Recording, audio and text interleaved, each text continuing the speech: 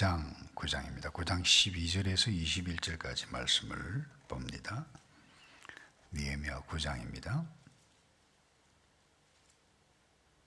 12절 낮에는 구름 기둥으로 인도하시고 밤에는 불 기둥으로 그들이 행할 길을 그들에게 비추셨사오며 또 시내산에 강림하시고 하늘에서부터 그들과 말씀하사 정직한 규례와 진정한 율법과 선한 율례와 계명을 그들에게 주시고 거룩한 안식일을 그들에게 알리시며 주의 종 모세를 통하여 계명과 율례와 율법을 그들에게 명령하시고 그들의 굶주림 때문에 그들에게 양식을 주시며 그들의 목마름 때문에 그들에게 반석에서 물을 내시고 또 주께서 옛적에 손을 들어 맹세하시고 주겠다고 주겠다고 하신 땅을 들어가서 차지하라 말씀하셨사오나 그들과 우리 조상들이 교만하고 목을 굳게 하여 주의 명령을 듣지 아니하고 거역하며 주께서 그들 가운데서 행하신 기사를 기억하지 아니하고 목을 굳게 하며 배역하며 스스로 한 우두머리를 세우고 종되었던 땅으로 돌아가고자 하였나이다. 그러나 주께서는 용서하시는 하나님이시라. 은혜로우시며 긍휼히 여기시며 더디 노하시며 인자가 풍부하심으로 그들을 버리지 아니하셨나이다.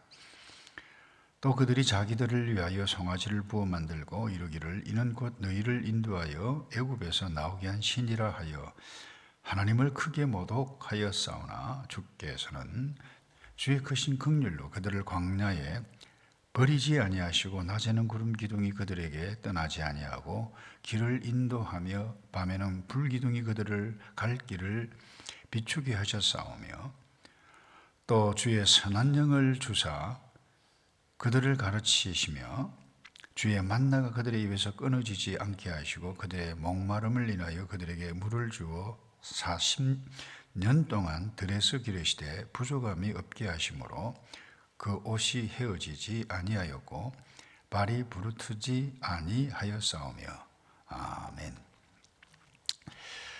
여러분들이 이 느헤미야 9장 느헤미야를 계속해서 공부해 가고 있는데 9장에 보시면 이제 기적적으로 성벽을 완성하고 난 다음에 수문 앞에 모여서 그야말로 아침 일찍부터 정오까지 그것도 서서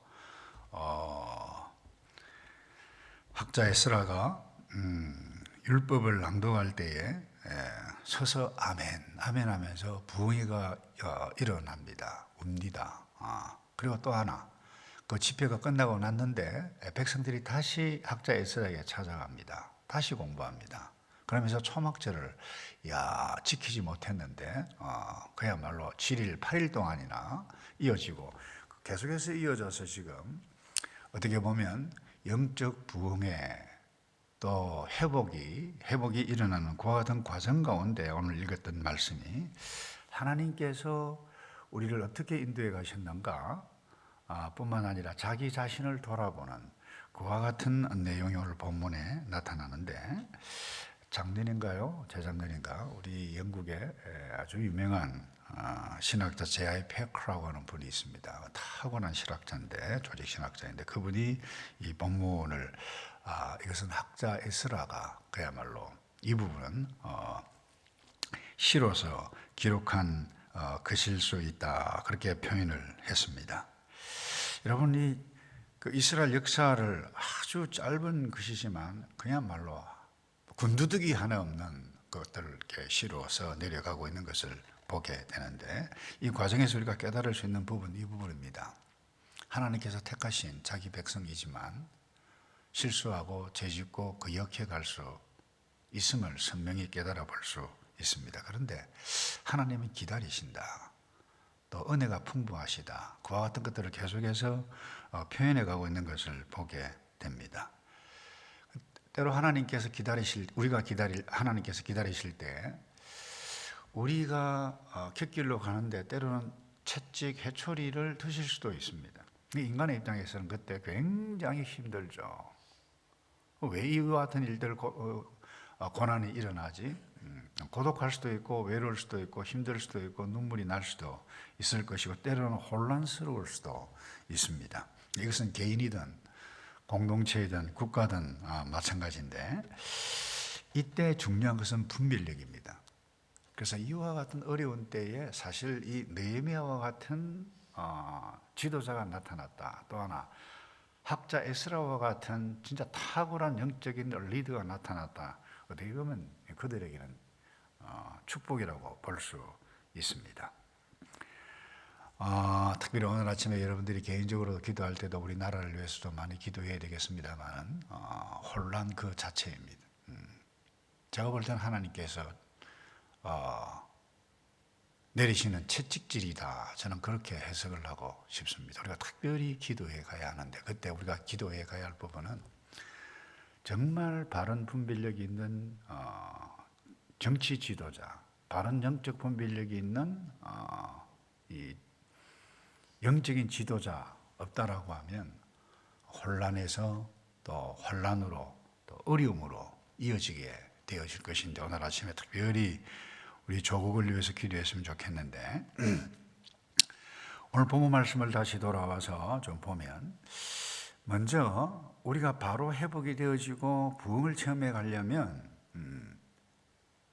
나 자신을 돌아봐야 돼요. 과거, 어제를 정리해 보는 과정이 없이는 그건 불가능합니다. 그때 일어나는 것이 회개입니다. 근데 하나님을 알고 하나님을 두려워하는 사람은 반드시 어떤 일들을 만날 때 하나님 앞에 자기 자신을 돌아봅니다. 내가 이 부분이 잘못됐구나. 반드시 깨닫습니다. 왜냐하면 성령님께서 항상 말씀하십니다. 근데 자기 보고 상하며 보는 사람은 이 성령이 하나님께서 깨닫게 해주시는 것을 인식할 수가 없어요. 현실이 너무 크니까, 자기가 너무 크니까. 근데 감사한 것은 오늘 이 본문에 보면 이스라엘 역사들을 쭉 돌아보면서 어제 조상들이 잘못된 부분들을 열거를 합니다. 그리고 자신들이 해야 할 부분들을 내어놓습니다.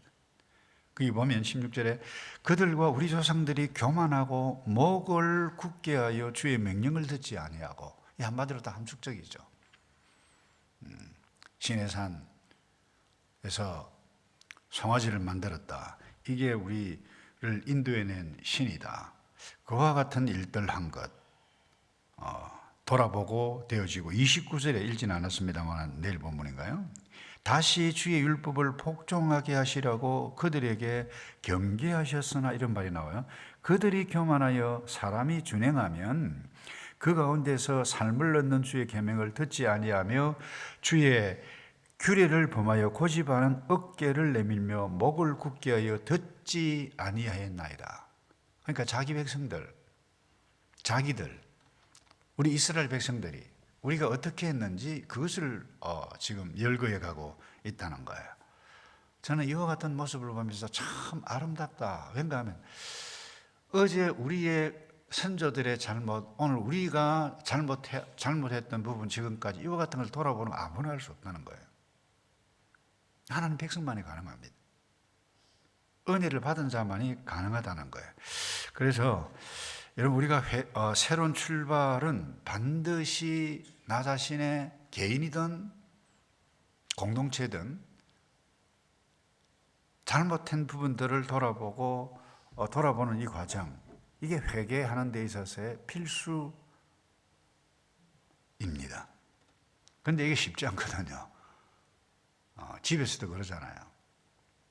부모는 내가 너희를 어떻게 키웠는데, 자녀들은 부모가 나를 위해서 해준 게 뭐냐? 주로 이제 일을 팽팽 하다 보니까 이제 가정에 이제 풍지박산 나는 거예요. 부부 사이든 자녀 사이든 국가든 교회든 다 마찬가지예요. 하나님을 아는데도 그와 같은 백성들이 나타날 수 있다는 거예요. 내가 뭐 잘못해서 왜 이와 같은 어려움이 나타나지? 이러면 정말 곤란합니다. 좀 더 심하게 이야기하면 신앙의 인격에서 떠날 가능성이 그 순간에. 그래도 오늘 본문에 하나님은 기다리신다. 은혜가 풍부하시다.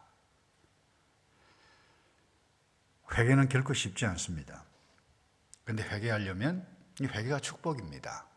그런데 회개하려면 반드시 내가 어떤 부분에서 하나님의 기준에서 떠났지 돌아보는 과정이 없으면 그건 불가능합니다. 그래서 교회가 타락하든 개인이 타락하든 나라가 타락하든 타락의 원인은 나라가 망하는 것, 개인이 망하는 것 보면 그 원인을 뭐예요? 자기 자신에서 찾지 않습니다. 다른 사람에서 찾습니다.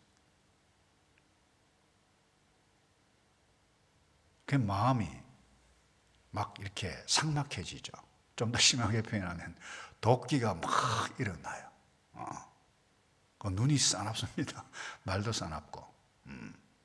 그게 이와 같은 일들이 나타나면 그 자체가 저는